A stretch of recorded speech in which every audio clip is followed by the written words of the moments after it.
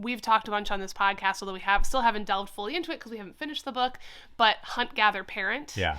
And how it's like in that book, the whole premise is like, you should just be like, your life doesn't have to be kid-centric and like, I'm bringing them to like the arcade and every week. It's about spending quality family time together, and your kids should recognize that being a part of your family is just being a part of the activities that go on.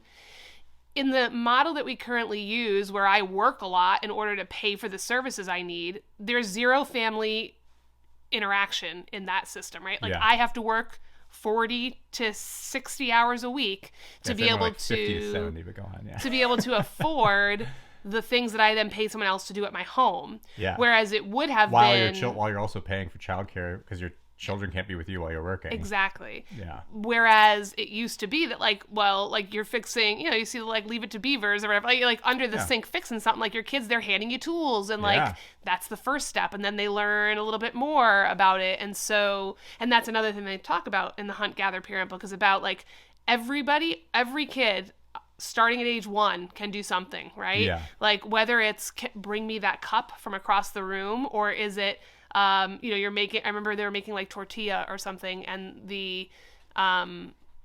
and so like the girl was first like learning to roll it, and then she was like learning, like it was like I'm trying to see if I have my cheat sheet with me about what episode. Oh, I don't.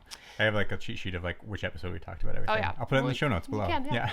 So, so like that whole, like, I mean, we really buy into, although we haven't really applied it as much as I think we want to, but we buy into that model. Well, because, and it acknowledges, and we talked about this as well, like it's harder, especially up front, it's hard to start that up. Right. Because getting a kid in the habit of that stuff, one, getting them on board is hard. Right. But two, I think even more so, it's like everything's actually harder to do. It's more inefficient. It takes longer when you're trying to like bring along a child to do it with you. Right. And so you have to have the time and patience to implement this, especially on the front end, before you get to like it, it gains momentum and you start to see a benefits. return on that. Right. Yeah.